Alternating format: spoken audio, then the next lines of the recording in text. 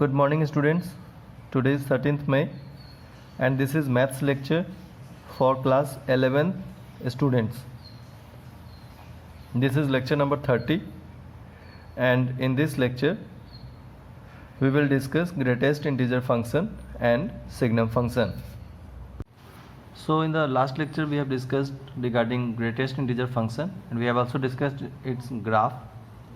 Okay, now today we will discuss that if we have a number x, then we can write this as greatest integer x plus fractional part x. तो यहाँ पर तुम्हें एक नया symbol दिख रहा होगा फ्रैक्शनल पार्ट x. इसको हम लोग यूज़ करते हैं fractional part of number indicate करने के लिए. फ्रैक्शनल पार्ट फंक्शन भी आप बोल सकते हैं इसको. फ्रैक्शनल पार्ट फंक्शन या फ्रैक्शनल पार्ट ऑफ एक्स बोल सकते हैं. इसका क्या मतलब है? मान लो तुम्हारे पास कोई नंबर है 2.25, तो मैंने इसको लिखा ग्रेटेस्ट इंटीजर ऑफ 2.25, लेकिन ग्रेटेस्ट इंटीजर ऑफ 2.25 तो 2 ही आएगा. आई होप अब तुम्हें ग्रेटेस्ट इंटीजर की वैल्यू फाइंड करने में दिक्कत नहीं हो रही होगी. तो ग्रेटेस्ट इंटीजर 2.25 कितना आएगा? 2 आएगा. ठीक है.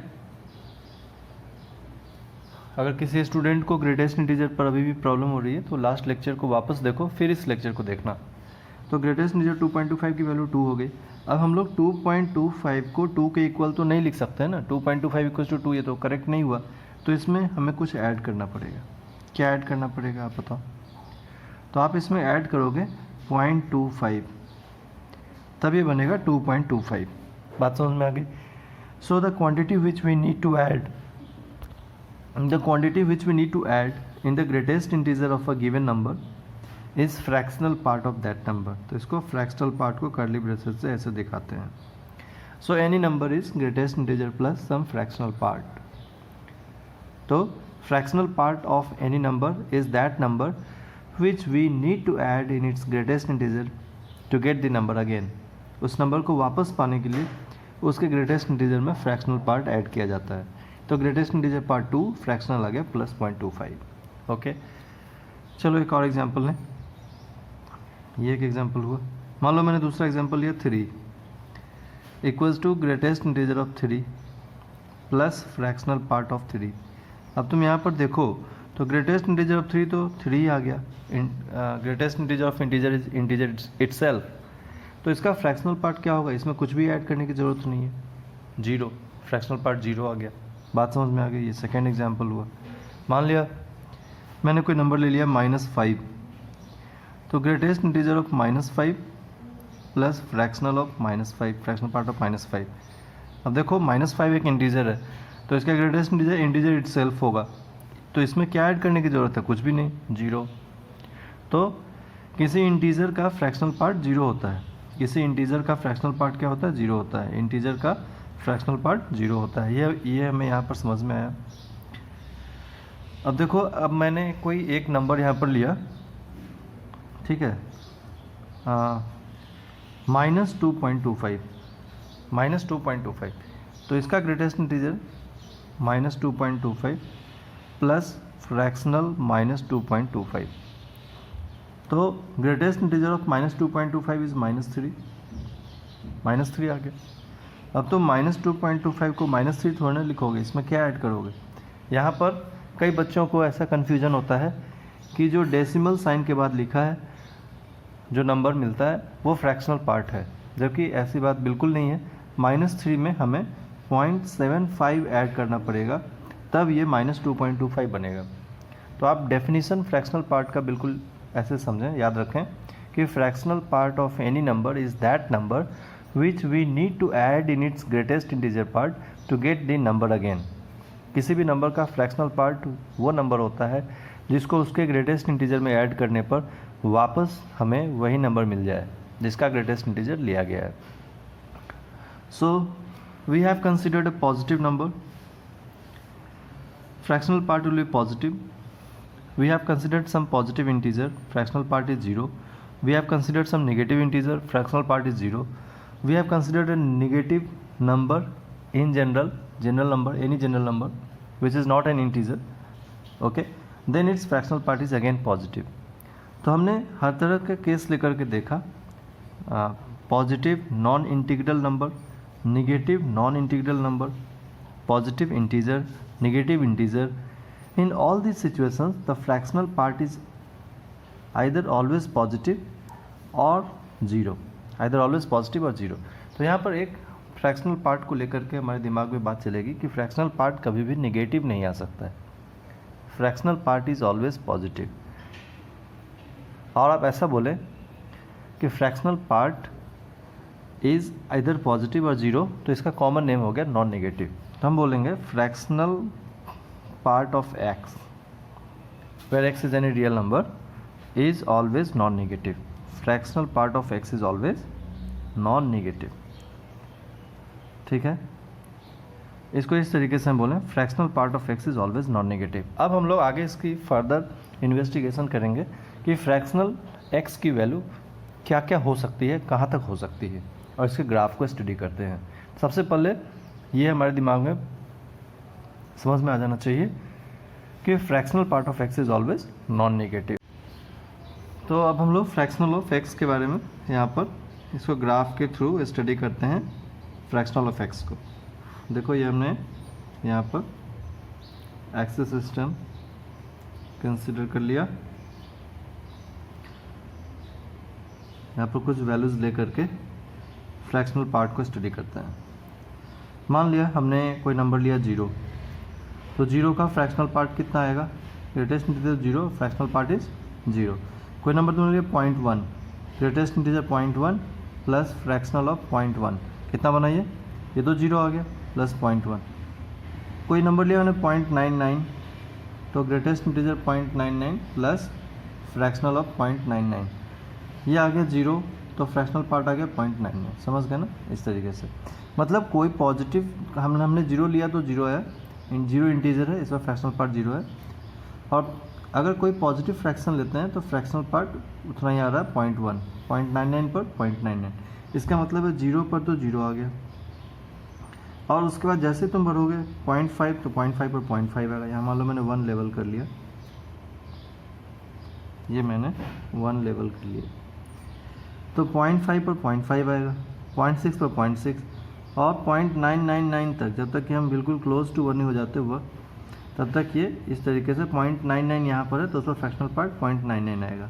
0.5 यहाँ पर है तो 0.5 आएगा, 0.1 पर 0.1, 0.2 पर 0.2, 0.3 पर 0. Like this. और जैसे ही आप इसको 1 पुट कर देंगे तो फ्रैक्शनल पार्ट ड्रॉप कर जाएगा नीचे, यहाँ पर आ जाएगा फ्रैक्शनल पार्ट. देखो, अगर आपने लिया 1 तो greatest integer of 1 is 1 plus fractional 1 plus 0, तो 1 का फ्रैक्शनल पार्ट कितना आ गया, 0 आ गया. सिमिलरली फिर 1 to 1.999 तक ये वैल्यू इस तरह से बढ़ेगा. 1.1 fractional part 0.1, 1.5 fractional part 0.5, 1.999 fractional part 0.99, इस तरीके से. और जैसे ही हम लोग 2 लेंगे तो फ्रैक्शनल पार्ट की वैल्यू नीचे 0 आ जाएगी, क्योंकि fractional part of integer is 0. So in the same way it goes like this. इस तरीके से ये ऐसे हॉलो, मतलब ये ओपन सर्किल है, क्योंकि हमने 3 रखा है तो 3 पर वैल्यू नीचे ड्रॉप कर जाती है 0, और इस तरीके से ये आगे कंटिन्यू करता रहेगा. कुछ निगेटिव वैल्यूज आप लेकर के देखो. अगर मैंने सपोज -0.1 लिया तो उसका फ्रैक्शनल पार्ट कितना हो जाएगा, +0.9. तो यहाँ पर वैल्यू 0 रखने पर 0, -1 रखने पर 0, और ऐसे यूँ कंटिन्यू करेगी. ठीक है, फिर हमने -2 रखा तो 0, और -2 से -1 के बीच में. So this is the graph of fractional x. This is the graph of fractional part of x. इस ग्राफ को अगर आप देखो तो इस ग्राफ को देख करके हमें समझ में आएगा कि फ्रैक्शनल एक्स की वैल्यू क्या हो सकती है. तो फ्रैक्शनल पार्ट ऑफ एक्स की वैल्यू क्या हो सकती है, तो फ्रैक्शनल पार्ट ऑफ एक्स की वैल्यू 0 हो सकती है, 0 से ग्रेटर बट नॉट 1. फिर 1, जैसे ये 1 को अप्रोच करना चाहता है ये ड्रॉप कर जाता है 0 को, क्योंकि 1 आते ही कोई इंटीग्रल वैल्यू आते ही इसकी वैल्यू 0 हो जाती है. यहाँ पर भी आप देखो -1 पर 0 है, और -1 से 0 के बीच में ये ऐसे राइज करता है 0.99 तक, और जैसे ही हम 0 असाइन करते हैं ये वैल्यू ड्रॉप कर जाता है नीचे। मतलब fractional x is greater than equals to 0 but less than 1। ठीक है, इससे पहले तुमने ये देखा था कि fractional part of x is always non negative, और अब हमने यहाँ पर बिल्कुल प्रिसाइजली इसकी वैल्यू असाइन हो गई अब कि फ्रैक्शनल ऑफ एक्स की value greater than equals to 0 and less than 1 ही होगी। तो ये फ्रैक्शनल ऑफ एक्स के बारे में इंफॉर्मेशन यहाँ पर है कि fractional of x is greater than equals to 0 and less than 1 ही होगा। Is that clear? तो ये ग्रेटेस्ट इंटीजर फंक्शन के बारे में है। ग्रेटेस्ट इंटीजर फंक्शन पर और भी कई सारी चीज़ें हैं, हम लोग इसको स्टडी करते हैं अभी। तो बेसिकली तुम्हें ये याद रखना है कि x equals to greatest integer of x plus fractional part of x होता है, और एक ये रिजल्ट आप याद रखोगे। दूसरा result fractional part of x greater than equals to 0 less than 1 ये याद रखेंगे। तुम्हें ग्रेटेस्ट इंटीजर x का ग्राफ कैसे बनता है वो समझ में आना चाहिए। फ्रैक्शनल पार्ट ऑफ x का ग्राफ कैसे बन रहा है तुम्हें ये समझ में आना चाहिए। ठीक है, ये सारी बातें में समझ में आना चाहिए। यहाँ पर देखो ये इसकी लेंथ कितनी है 0 to 1, 1 - 0 1 है। ये लेंथ कितनी है, ये लेंथ 1 है। यहाँ पर देखो ये 0 to 1 तो 1 1 है, तो ये एंगल कितना बनेगा 45 डिग्री का बनेगा ये एंगल। यहाँ पर भी लेंथ 1 है, ये लेंथ 1 है, ये एंगल कितना बनेगा 45 डिग्री का। ये सभी एंगल 45 डिग्री के बनेंगे, 45 डिग्री के बनेंगे। बात समझ में आएगा? तो इस तरीके से ये सारी चीज़ें तुम्हें समझ में आनी चाहिए। चलो कुछ और भी बात हम लोग यहाँ पर ग्रेटेस्ट इंटीजर पर भी डिस्कस करते हैं। तो अभी ग्रेटेस्ट इंटीजर के बारे में यहाँ पर हम लोग और कुछ चीज़ डिस्कस कर सकते हैं। जैसे मान लो कि greatest integer of x equals to i लिखा हुआ है, तो x की वैल्यू क्या हो सकती है। मान लो ये i यहाँ पर इंटीजर है, i इज इंटीजर है, ठीक है ना। यहाँ पर क्या है i इक्वल्स टू इंटीजर है, i इंटीजर है, ठीक है। तो x की वैल्यू क्या हो सकती है। मान लो ये इंटीजर है, तो इससे ऊपर कोई इंटीजर होगा i+1 और इससे नीचे कोई इंटीजर होगा i-1। जैसे मान लो सपोज i को मैंने लिया 3, तो i+1 क्या हो गया 4 और i-1 क्या हो गया 2। तो अगर हमने ऐसा बताया है कि ग्रेटेस्ट इंटीजर x की वैल्यू 3 है, तो x की वैल्यू क्या हो सकती है। तो x की वैल्यू ग्रेटेस्ट इंटीजर x की वैल्यू 3 कब तक आ सकती है 3.99 तक आ सकती है, यहाँ तक आ सकती है। यहाँ तक हम रखेंगे तो वैल्यू कहाँ आ जाएगी, नीचे 3 आ जाएगी, 3.99 तक आ सकती है। जैसे ही तुम 4 रखोगे तो ठीक है, 4 पर फिर ग्रेटेस्ट इंटीजर 4 हो जाएगा। इसका मतलब है x की वैल्यू आप क्लोज्ड 3 से लेकर के 4 ओपन तक ले सकते हैं। तो अगर हम इसको जनरलाइज करें, 3 की जगह i समझो, तो 4 की जगह हो जाएगा i+1 ओपन। तो greatest integer x equals to i है, तो x belongs to closed i to i+1 open. बात समझ गए, वेयर i इज इंटीजर। तो ये एक रिजल्ट हुआ ग्रेटेस्ट इंटीजर x पर। और भी कई सारे रिजल्ट्स हैं जो हम लोग नेक्स्ट लेक्चर में डिस्कस करेंगे। तब तक आप इन सारे रिजल्ट्स को फेयर नोटबुक में नोट करो, समझो, लेक्चर को वापस दोबारा देखो, कंसेप्ट की क्लैरिटी लो, फिर हम लोग नेक्स्ट लेक्चर में डिस्कस करेंगे। Okay, that's it for today, thank you.